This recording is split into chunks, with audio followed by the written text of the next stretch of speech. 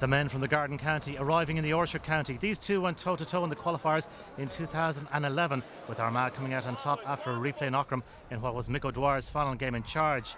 Armagh made a dream start. Jamie Clark was adjudged to have been pulled back as Armagh mounted an attack. Referee Derek Fahy in no doubt that a penalty was the correct decision, and Clark coolly tucked away the penalty kick. And it got better for Armagh when a mix-up in the Wicklow defence allowed Clark to steal in and snaffle up his second goal with just 4 minutes on the clock. Armagh were the subject of much criticism over the manner of their defeat to Cavan, so this win will have helped to restore confidence. They had far too much firepower for an out-of-sorts Wicklow. Eugene McVerry with this fine point. There's been much speculation this week that Kieran McKeever and Jamie Clark may be on the way to the US for the summer, but Armagh officials are adamant both will remain with the county for the duration of the campaign. Wicklow were struggling to get any sort of ball, and with the scoreboard reading 2-10 to no score, they finally registered their first score after 26 minutes. Joey Kelly on target. Armagh led at half-time 2-14 to 2 points. The second half was a largely pedestrian affair, more akin to a training game than a championship clash. Eugene McVerry brought his personal tally to 3 points as Armagh operated in cruise mode. Some of the home fans may have been tempted to head for the exits, but it was worth sticking around to watch Jamie Clark do his thing. He made it 2-3 for the day before departing the scene to a huge ovation.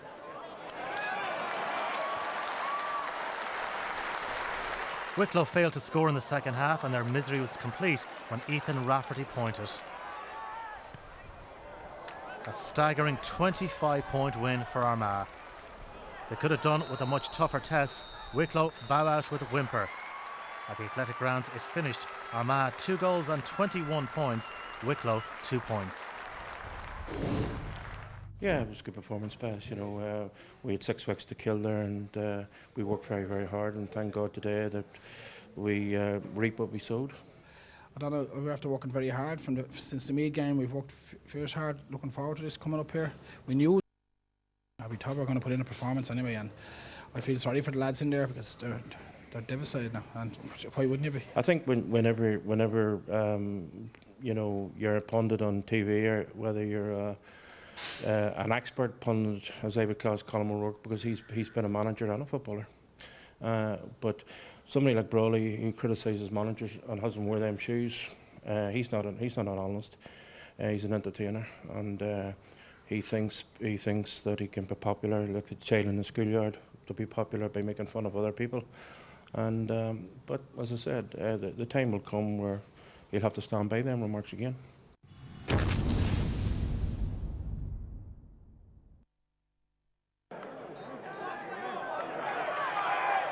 In what was the first competitive game at Owen Beg outside Dungiven, the big difference was Derry took their chances and Sligo couldn't.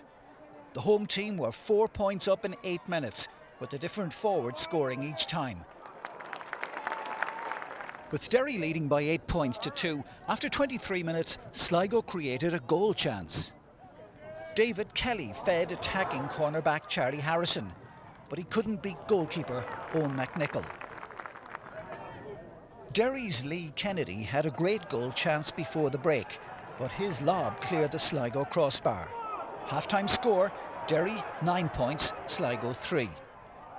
Sligo started well after the interval, and Adrian Marin had a chance to cut the gap to 4 points, but he put this free wide.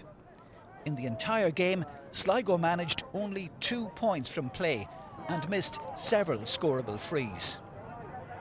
Derry brought Owen Bradley from the bench halfway through the second half, and he had his scoring boots on. The contest was well over when a lethargic Derry move involving more than 30 passes ended with a shot coming off the Sligo post. Final score, Derry 15 points, Sligo 8. As the crowd of more than 4,000 was making its way home, in the Sligo dressing room, manager Kevin Walsh was telling his players about his resignation. As far as I'm concerned, I suppose this is as far as I can bring the Sligo team, and you know, we've tried our utmost, and even with, I suppose, maybe a lot of players moving off from last year and stuff like that, and I suppose consolidating Division 3, you know, at the start of the year was good, but I suppose maybe not getting the championship results we would like to have got, it's disappointing. But at the same time, regardless of results this year, the 5th year was going to be enough for me, and I just told the boys that in there. You're a very proud Galway man. May the day come when you'd maybe try to manage your own county, or are you going to take a complete break from football now? Tommy, I'll be honest with you, I came up here today with expecting to win this game. Some people might think I'm daft. Certainly was expecting to win this game. We prepared very, very well with 2 or 3 challenges in the build-up and played well in it. As I said, taking the chances probably may have knocked us off that stool today.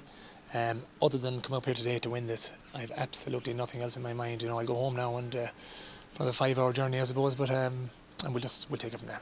First round of the qualifiers, you always want to get the first game under your belt, and it's always a sort of a nervous occasion, not knowing how boys are going to respond from your defeat in the championship. But to be fair, we started really, really well, and I thought we slacked off for a wee while in the first half, and that Sligo sort of back in the game again, but then we pushed on well in the second half. Yeah, good win for Derry. We were very impressed with the Owen Begg venue there. It looked great in those pictures. Kevin Walsh stepping down, and you were hard on Sligo and the management when they lost in London. Eamon, how do you feel now hearing that? I don't feel any different, my comments, Des, but after losing there today 15 points to 8, I think everybody expected that Kevin was going to stand down. It's the year itself has been very, very difficult for all the Sligo people involved, but the results haven't been good. You only win 2 out of your 7 league games and then lose your 2 championship games. It wasn't a good year, and he hasn't got the best out of the guys. So Tommy asked Kevin there about moving forward, possibly going to get in charge of a Galway team. I feel he probably will in the future, and I feel, as I said earlier on in a piece on the newspaper, that he will probably be very, very successful with his own team at whatever stage it'll be. But Sligo people have to move on now, and the county board will have to get everything and all their gear sorted out. And would your name be in the hat? I don't know, Des. Would you like it to be? No. No. Okay. You were making the point, Kevin, that when a team suffers like Sligo did, that shock defeat in London can be difficult, Kevin. Well, you have to look at it from their perspective, building up for the Connacht Championship. They got the good side of the draw, we'll say. Yeah. They were looking at a Connacht final, and whatever falls out of winning or losing that Connacht final. And they have been competitive in the last few years in it. It didn't happen, it exploded for them in London. So the shock of losing the London match is very hard to pull yourself up for a qualifier. So what you're really looking for then is a handy draw, a home venue against a team rated. They got Derry away, Derry coming off a really sharp display for much of the game against Down. You recall that match, a tremendous game up in Celtic Park. And Sligo got them. Game over. They could not get the reaction they wanted, and they tumble out of the championship. Losers, they've lost their manager now, and they're not in good shape. They have to go back now and think it all through again. And Derry look like they are in good shape, Eamon. A good performance, although not winning, and now they look very, very strong throughout. They dominated the pair. Talking to people up from Sligo that went up to the game, they dominated. Sligo did have chances. Charlie Harrison, we saw it there on the TV. If he kept the shot down, it might have been a little bit different for them. But Owen Bradley came on. It'll be a big boost for them, So Derry are always good in the qualifiers. They'll always, put up good results. The draw. It's all about the draw in the morning. Yeah. Well, equally, Armagh in the draw now tomorrow. I mean, after that extraordinary, what was it? 25-point victory over Wicklow. It's hard to believe that can happen in that. Well, Paul Grimley now, his side did answer. Oh yeah, their critic Joe. And I think they improved their team with their selection as well. They have, I think, a third of their team, certainly in the selected team I saw, was from Crossmaglen Rangers. So they're getting more of them in. James Morgan was down to start. I didn't see all of the game. I only saw the highlights. But I mean, they absolutely trampled them. And what about Wicklow? I mean, Harry Murphy who said they put in a big effort. They did put in a big effort, because they should have bet Meath a couple of weeks ago down there. We did that game, myself and Kieran Whelan did that game, and they were exceptional. The long range goal won the game for Meath, but Wicklow, they just didn't seem to recover at all from it. Yeah. But you have to say, Eamon, and I don't like saying this, but they are going nowhere with a 25-point pummeling like that.